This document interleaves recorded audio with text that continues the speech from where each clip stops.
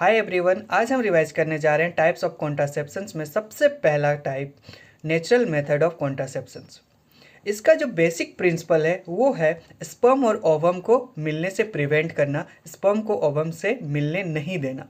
Okay, sperm ovum से नहीं मिलेगा तो फर्टिलाइजेशन नहीं होगा, फर्टिलाइजेशन नहीं होगा तो प्रेगनेंसी नहीं होगी। नेचुरल मेथड में कोई भी मेडिसिन या कोई भी डिवाइसेस का यूज़ नहीं होता है। नेचुरल मेथड में सबसे पहला मेथड है पीरियोडिक एब्स्टिनेंस।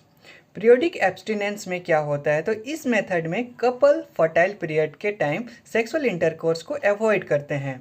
डे 10 से डे 17 ऑफ मेंस्ट्रुअल साइकिल को फर्टाइल पीरियड कहा जाता है। इस पीरियड में ओव्यूलेशन होता है, फर्टिलाइजेशन के चांसेस मैक्सिमम होते हैं। तो हमें प्रेगनेंसी से कैसे बचाया जा सकता है, तो फर्टाइल पीरियड के टाइम कोइटस को अवॉइड करना है ताकि स्पर्म और ओवम का मीटिंग नहीं हो पाए, इससे प्रेगनेंसी से बचा जा सकता है। नेचुरल मेथड में नेक्स्ट मेथड है विथड्रॉल मेथड और कोइटस इंटरप्टस। इसमें क्या होता है, तो मेल पार्टनर जो है इजाकुलेशन से जस्ट बिफोर पेनिस को वेजाइना से विथड्रॉ कर लेता है। इसका मेन एम ही होता है इंसेमिनेशन से बचना। ओके, तो इंसेमिनेशन नहीं हो पाता है तो फर्टिलाइजेशन नहीं होगा।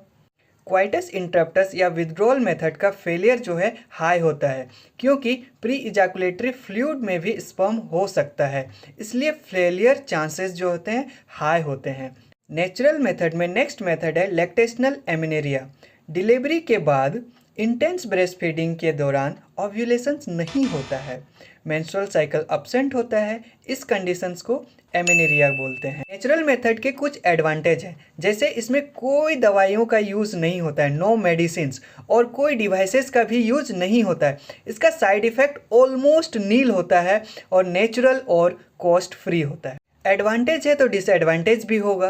तो नेचुरल मेथड के जो डिसएडवांटेज है वो है कि तुम्हें एक्यूरेट नॉलेज होना चाहिए मेंस्ट्रुअल साइकिल को लेके, और इसका हाई फेलियर रेट भी है और सबके लिए सूटेबल भी नहीं होता है और लेस रिलायबल है अदर मेथड से।